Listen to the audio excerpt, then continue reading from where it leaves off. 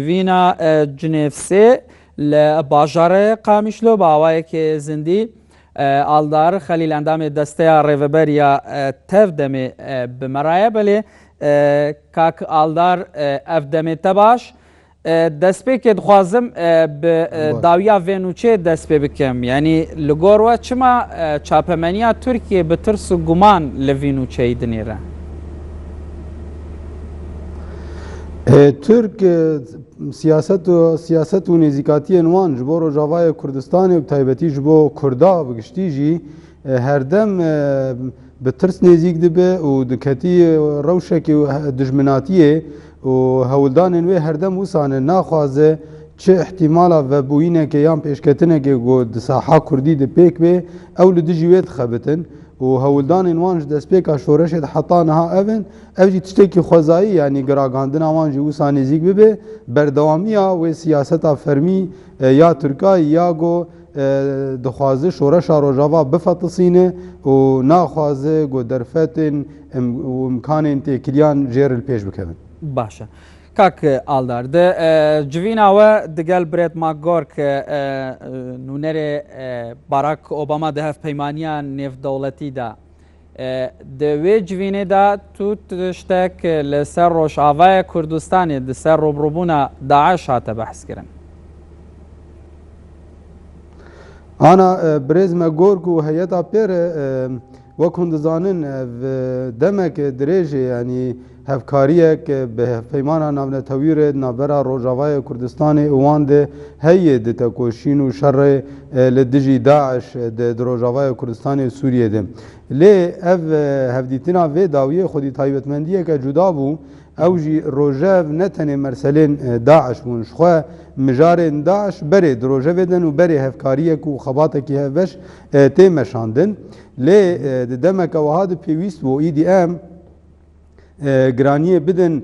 وانتی کلیان گو اصلا خوی سیاسی هین بهتر درکه پیش و دالی سیاسی دم تکلیان خو پیش بخن وک قبول کرنا روجاوای کردستانی ریوبریال روجاوای کردستانی پروژین دموکراتیکی گوش بو سوریه ج طرف ما و طرف مجلس سوریه دموکراتیک وتن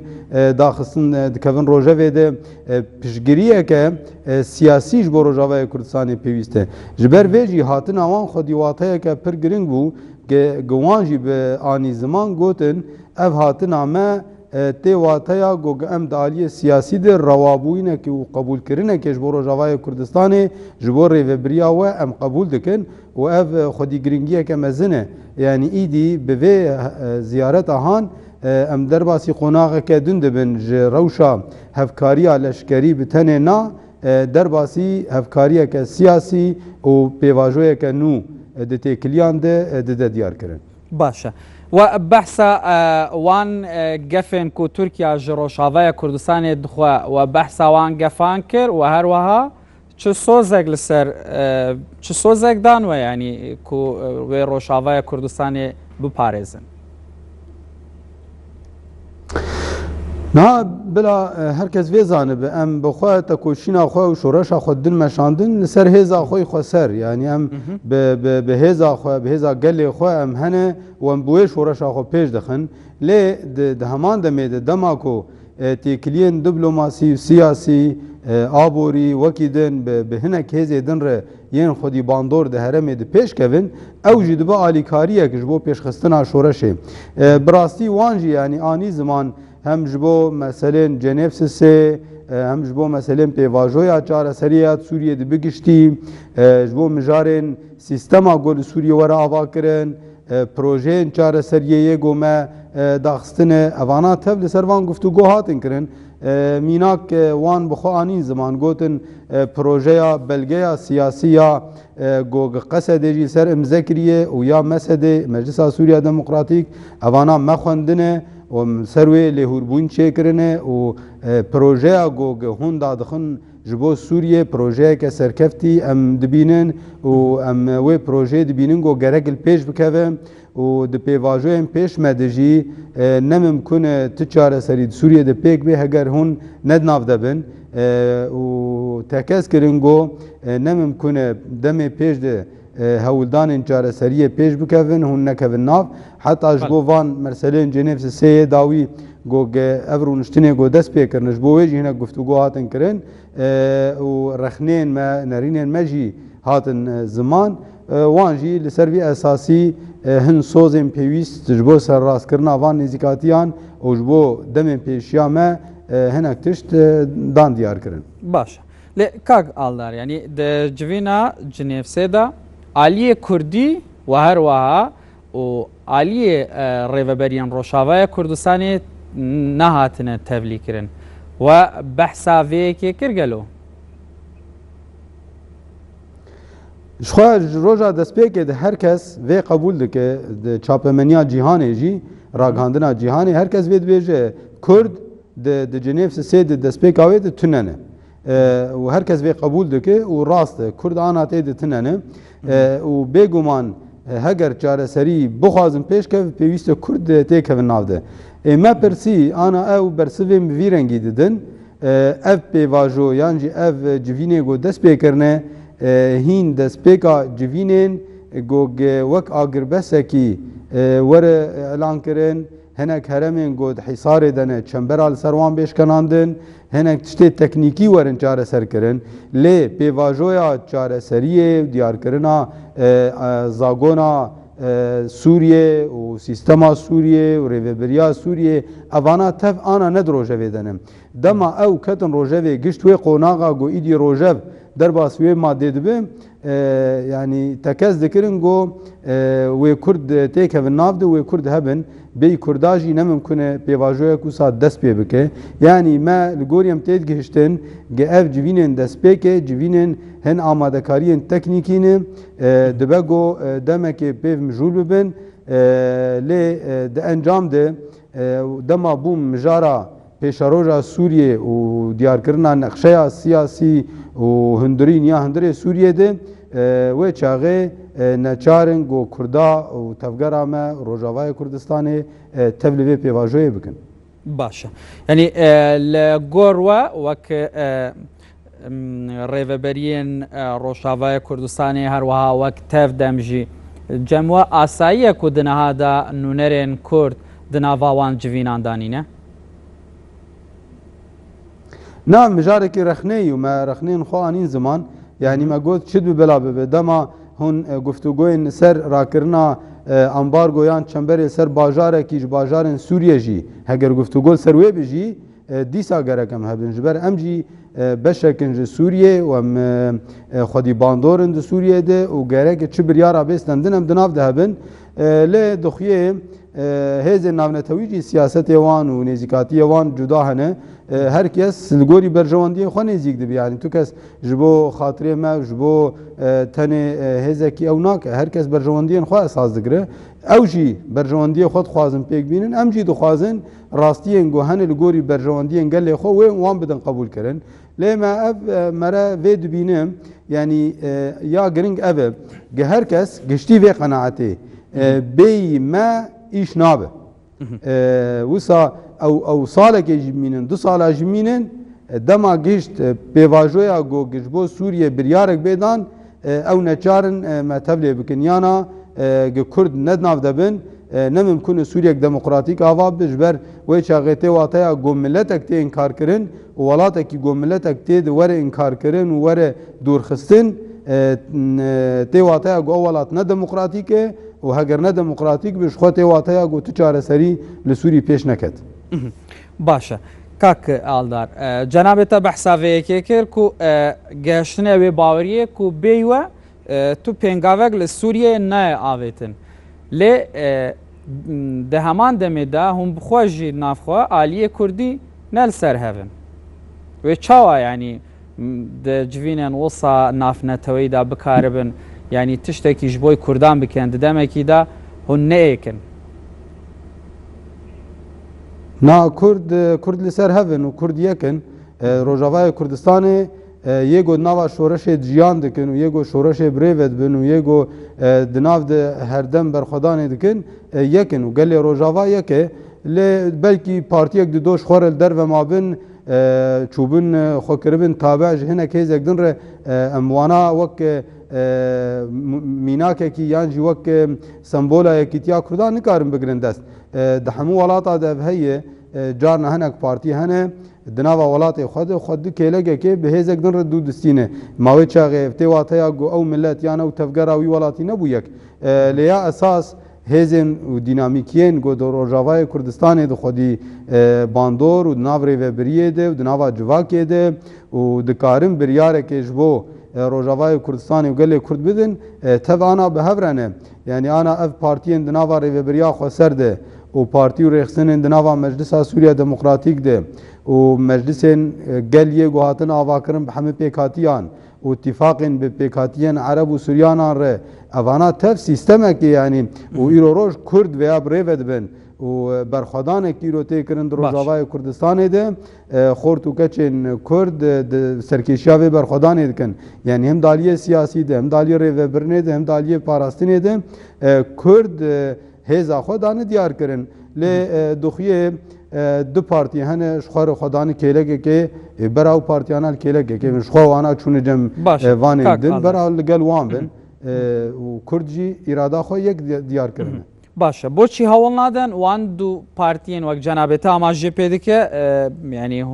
بەهەڤرا ڕوونن دانوستاندان بکەن ji بۆی ku bikaribin meselan bi yekdengî tevlî civînên navneteweyî derba her civînek be ku derbarê krîza Sûriye bêl darxistin bi taybetî meselan aliyê ene kesê heye dibêje ku belê kak aldar yanî ene kese dibêje ku peyê de û rêveberiyên Rojavaya Kurdistanê dixwaze bi tak aliyane her tiştî bi tena serê xwe bike. Na ew anabûnê endamê îtilafê yanî ew endamê îtilafê ne û ne endamê cebha Kurdî ne û îtilaf tê zanîn yanî îtilaf yê got Kurda inkar dikin dijî Kurdanê kesê herî şoven di nav pêkhatiya Ereb di Sûrî de di nava wê îtilafê ciyê xwe digirin beşek ji wan yani ne tev ji ber vê ana ew endamê wirin ana ew endamê cebha dijî Kurd e ez ê çawa pêr itîfaqê bikim yanî mijar ne mijarekî wala em bên ji hevdûr û xweş bikin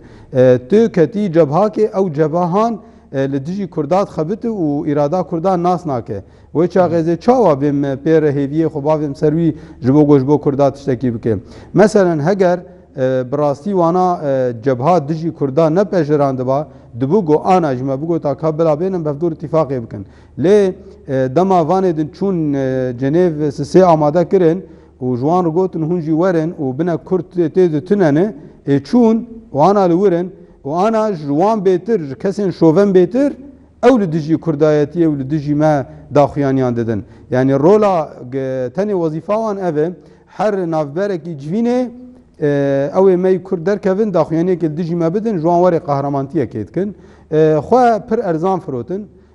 yekê her xwe bifroşima me em nikarin berra duî din milletê me jî şahidê vî tiştî yanî berxwev dibêjin yan wek nerxandinekî nezarî û ew e waqeeke îro tê jiyankirin gerek bû xwedî helwest bana bigotana madam îrada gelê divan hevdîtina tune hûn wek Kurd me qebûl nakin wê çaxê em nayên ji bo çi çûn çûnê û ana jî li dijî berjewendiyên gelê xwe daxuyaniya didin ji bo vê îtilâfa wan û devera got çûnê xuyanî berjewendiyê xwe dûr didbînin heger berjewendiyê xwe dûr didbînin tu ciyê wan di nava gelê wan di nav gelê Kurd nemaye em dîs wan zindî bikin berûva cî wê em bên bi wan re têkem nav hevpeymanekê dîsî zindî dibin rih bi wan vitê li wê debin ew der ji wan re xweştir e baş lê di heman demê de Brahim Biro serokê Encumena Niştimaniya Kurdî Sûriye ene kese dibêje ku ew jî we tometbar dike dibêje ku peyê de û rêveberiyên wê wek ew dibêje ku tu projeyeke waniyan neteweyî nîne me fêm nekir Brahim Biro dê proja netewî tune ew îtilâfa got ew endamê wê dibê hûn dixwazin Sûrî perçe bikin û helek ji wan re daxuyaniyekê yanî beraqe hingî îtîfaqa xwe bikin yek tiştekî ser me bêjin gem jî fêm bikin em perçebûnê li Sûrî dixwazin yan jî em bi proja me tune bera melberxin ام راستیک ما هي ام شورا شکل دار دخن ام دخوازن سوریه دموکراتیک جواب به و دناو به سوریه دموکراتیک ده ابونا قال ما جهبه او سوریه دموکراتیک ام دخوازن سیستم که هوی فدرال جهبه لدناو ده و دوی کردجی خودی سیستم بن دناو او سیستم جی خو بگرن و اراده کردا ور قبول کرن او شخوره هما تنه علمين فير بوند به ولا بروجا وتنه بروجا او دو تنه به بروجا ده تنه تشكي بيد عرضه تنه خوك تبقي خودي بروجا ديار كرن اما بروجا جي هي ريفبري جي هي وباراستن جي هي وسازي جي هنه حمد سر عرضه چاوي خوجي دگرن اب چاوا چيد به قالو ما انا جرم کا بروجا تلكوي يعني كات تبو خودي كردايتي کا بروجا ته منوات تشويه جنيف و تنم ناوی خوش نم ناوی کردا چو تا کردایتی فروتی اما اینکه من بناسنامه خو ایرو اگر خلق مردن و دستین دبیجن هنو نری کردان ما قیل برخونا کبن ما فهم ناکن دما گوگ چاپمنیا راگاندنا جهان دبیجن ما جنیف سه بی کردا و چاوا چه به ما خلق دبیجن برای خود بفکر مافته چه معنی یعنی جوان دبیجن هنو نری کردانه اوی گوهاتن نکردن کبرا کرد بین اب میوانی گوهاتن جیان بیشن هم هاتن گو گمبیشن بی کردان آبه اب واقعی کوی ای ماقی مهشی وانو قیسی سکنی چاوا چی بو برا بفکرند خودی یعنی خلق جوارد بیشن ام و کرد حساب ناکن ایکی خود یه پروژه کردایتی ام من یا اول و راستین هن وک روژین نایم و شارتن ایرو روژ سیستم که پروژه که سر عردید مشه هاتن شخور قرول کو چیرو کاد بیجن شخو وان چیرو که خو مالا خوشی خراب کردن و پارتی وان پاش کردن و تشتکی وان عرضه نما حتی کنگی اوسابن یعنی ایدی شرمکه پرمزنه برای خود بر چاور در باس بکن یعنی جبو برجوندیا پارتی وان ما بگره که دفش به سیاست بردن ده بونه تابع خلکیره و هم اوسا سر سفره خلکی 24 ساعتا و دجی شورش اخو دجی ملت خو دجی شهید خو داخویان یادن بقاسی گوید میوان داخویانی لدجی کردایتی دایی تو کسی کی شوفینیست کسی کی دجی کردا د جناب حمنه توانش حم پیکاتیان حم ولاتان کسی کی قیسینه دایی ما هو قیسی انسان دجی گله خو دجی قوم خود بی یعنی اشکره لبرچاو جهان تبي دجی گله خودرت کبن تنج بو وان هي زهنه کی راضی کرن بدن اف تشتكي ناي قبول كرن وملتي ما بيتشي قبول ناكي ايدي باشا كاك آلداري د جوینا و دگل شاندیه باراک اوباما یا خود نونر باراک اوباما ده هف پیمانیان نفت دولتی دا هیاچن و بحثا ویکی کر وکو یادیار دنها دا یپگه و هر واحد زن سوریا دموکراتیک ده هولا ویکی دانه کو نافچه جرابلس و عزاز او دورن کو برب کانتون عفرینی و دچن رزگار بکن یعنی دوی جوینه ده هیاچن و گوتوبیج لسر ویکی کر کو آلیکاریا و بکرن ده یک خسنا کانتون روشاوای کردستانه ده يعني هناك مجال الاشكري او بفرمانداري الاشكري گفتگو تين كرن نب مره لاد زانم هن بلان هفباش جبو پر هرمان يعني دروجاوای كردستان و دو سوريا دجي بلان هفباش هنه و دم پیش ده از باورم يعني هناك تشت هنه تكمن مريته يعني چا ببن او ایشه کی پراتیک الاشكرين از آگاهی مزیده په تن يعني جي نه مناسب مره سروي نرخاندن يجيب که ل اف هي شخوه پیمانیک می هفباش هي و يكرنا حرسي كانتونان بگومان نه ایرو بسبب نه سبب ما هقدن نه ما هقدن بصال هقدن به نچارن يعني اف كانتوني ما ببنيك يعني عفريني امنكار نوسات چمبريد بهلن ایرو روج عفريني چمبريد جيان دكه جيهان تف بحثا مضايا ومعظمية الشام دكه دو بيجد چمبريدن لتوكس بحثا عفريني ناكه اف دو سال عفريني دو چمبريد دي هگر لعفريني انسان وقت لهرم دني سوريا جيانا خوشدست نادن جبرچينا نجبر گوگ چمبرتنه چمبر پرگرانه ل زندی بوینک وی ملتی هي خباتکی وی خوب خو هي سیستم کی خسر هي دکار خو زندی بک دکار خو آوا بک دکار لبرانبری چمبره برنگ کی سیستماتیک و برخستن کری بر خدا نه خو پیش دخه ل ابنای واطیا گوگ چمبرتنه بگومان پێویستە دالی لەشکری دژی دالی سیاسی ده دالی دیبلۆماسی ده دالی ئابۆری ده خەباتێکی پێش بکەوش بۆ گۆ ئەم ئەفرینێژی ژوێ چەمبەرێ ڕزگار بکەن و ئەم حرسی کانتۆنێن خۆ بکەن یەک ئەم مژارانە نەمژارێن گۆ